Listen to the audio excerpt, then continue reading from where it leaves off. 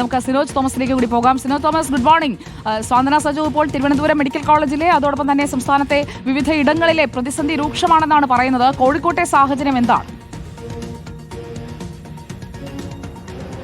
സുജയപർവ്വതെ, good morning. അതായത് കഴിഞ്ഞ ദിവസം സർക്കാർ 100 കോടി രൂപ അനുവദിച്ചിരുന്നു.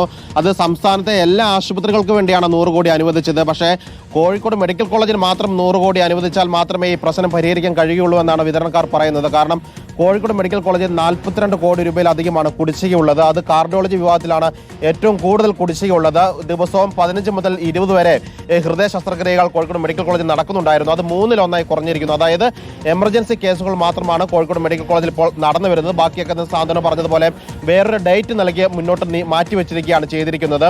അതായത് 28 കോടി രൂപ കഴിഞ്ഞ സാമ്പത്തിക വർഷത്തിലെ കുടിശ്ശികയെങ്കിലും നൽകാതെ വിതരണം നടത്താൻ കഴിയില്ലെന്ന ഉറച്ച നിലപാടിലാണ് വിതരണക്കാരുള്ളത്. അതായത് ഈ മാസം 1-ാം തീയതി മുതൽ വിതരണക്കാർ സമരത്തിലാണുള്ളത്. പുറമേ നിന്ന് ഈ ആശുപത്രി വികസന സമിതി അമിത വില കൊടുത്ത്, അതായത് 1000 രൂപയിലധികം വില നൽകിക്കൊണ്ട് ലോക്കൽ പർച്ചേസ് ചെയ്യുന്നുണ്ട്. പക്ഷേ അത് അധികം മുന്നോട്ട് കൊണ്ടുപോകാൻ കഴിയില്ല. നിലവിലുള്ള സ്റ്റോക്ക് വെച്ചുകൊണ്ടാണ് ഈ അടിയന്തര സർജറികൾ ഇപ്പോൾ കോഴിക്കോട് മെഡിക്കൽ കോളേജിൽ ചെയ്തു വരുന്നത്.